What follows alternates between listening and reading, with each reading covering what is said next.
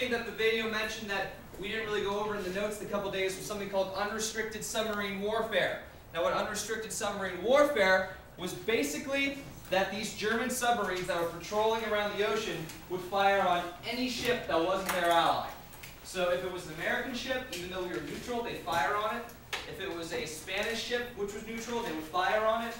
Especially if it was an enemy ship, they would fire on it. But these aren't just military ships. These are merchant ships with goods. These are passenger ships with people on them. Innocent people. Would they shoot their own people? I mean, yeah.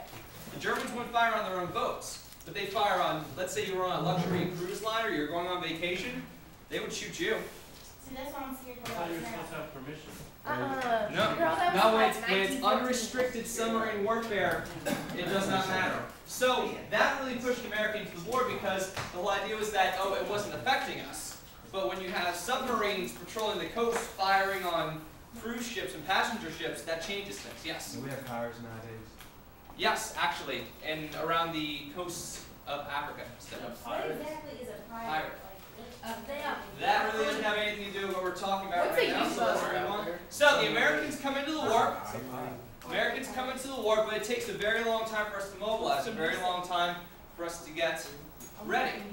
So we send about 14,000 troops in the summer of 1917.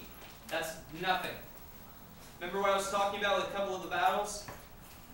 There was about 1 million casualties in the Battle of the Somme, about 400,000 casualties each at the Battle of Verdun. These are huge battles. 14,000 men is nothing. Yes, Whitney. What was the U-boat? The U-boat was a submarine. What did the U stand for? Underwater. Oh.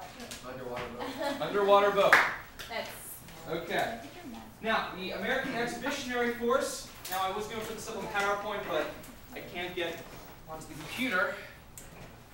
The leader of the American Expeditionary Force was John J. Pershing. That's probably in your notes already, so you don't need to write that down.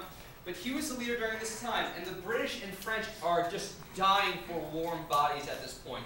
They are really, really having a tough time in this war because I basically drew an outline of what these trenches look like. You'd have barbed wire here, and then you'd probably have a couple of machine gun nests up front.